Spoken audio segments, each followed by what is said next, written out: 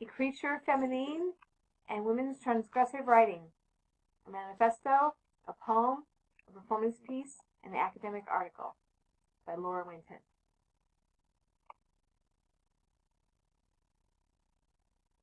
Three French theorists walk into a lecture hall. Michel Foucault picks things out of the trash bin of literary history.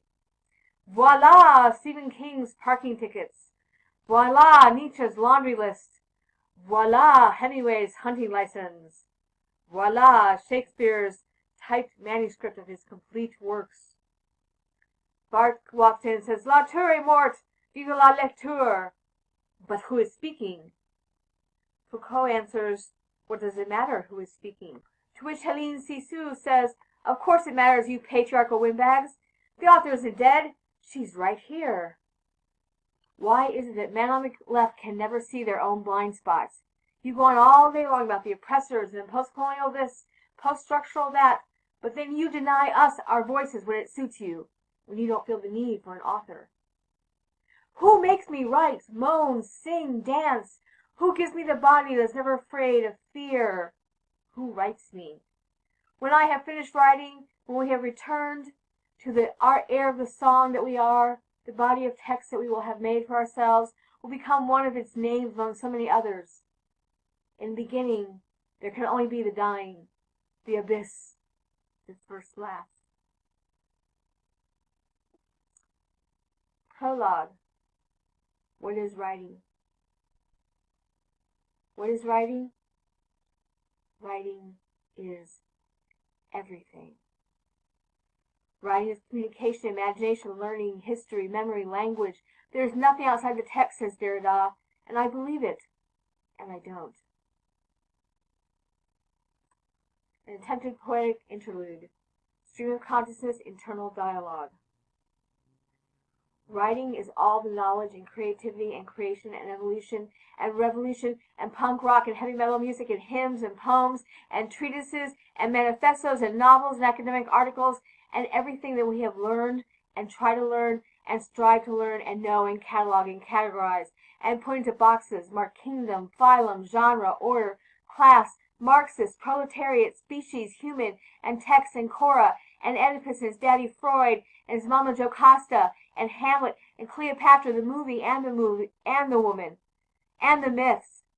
How can you not be self-conscious with the weight of all that history upon you, and that knowledge? And that was only half a paragraph. There is something outside the text. Unnameable feelings and joy, and wild ecstatic movement, and bird songs, but the minute we identify as anything else, it moves inside the textual fence, as it moves into consciousness from unconsciousness. And there it sits until it becomes text and writing. What is the use of the text if we can't get outside the text anymore? Then what makes a text? A kind of ideology. Since Zizek's theory tells us that it's impossible to get out of our own ideologies, outside of our own heads, outside of the text. Stupid Derrida. I hate it when he's right. Death of the author, God and Mother, a parable. In the Judeo-Christian text tradition, the text, the word, is sacred. We cannot seem to get out of the tradition. For all of their postmodernism and the Gnosticism that frequently comes with that, Barthes and Derrida also come out of a French tradition which was very, very Catholic. Thus, I'm going to make the story of the death of the author, male and female, into a parable. In Christianity, Jesus, the author, must die and be resurrected, so that the believers, readers, can have a safe passage to heaven, the text.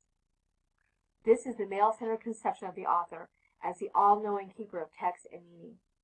And in fact, Barthes speaks of the message of the author God, and says that to refuse to fix its meaning is, in the end, to refuse God and his hypostases. Reason, science, law. Women, however, have had a historically different relationship to birth and death, with many medieval women dying in childbirth. In this model, the woman, the author, dies so her child, the reader, may be born. But that child will be orphaned with no one to guide her through life, the text. There is a death, not death, a voluntary withdrawal that happens here, that can be seen as Sisu's metaphor for the author. Sisu also talks about the female author as continuing to have what she has eternally, to not lose having, to be pregnant with having, is the text already in the child, in the woman. The woman is birthing the text, bringing it into being, and like giving birth, some of herself will leave her along with the text. That text will not necessitate a death for the author. If the reader is a co-creator in meaning, as with Bart, the author-mother will do so in conjunction with, not opposed to, the reader and the text. Stay tuned for part 2.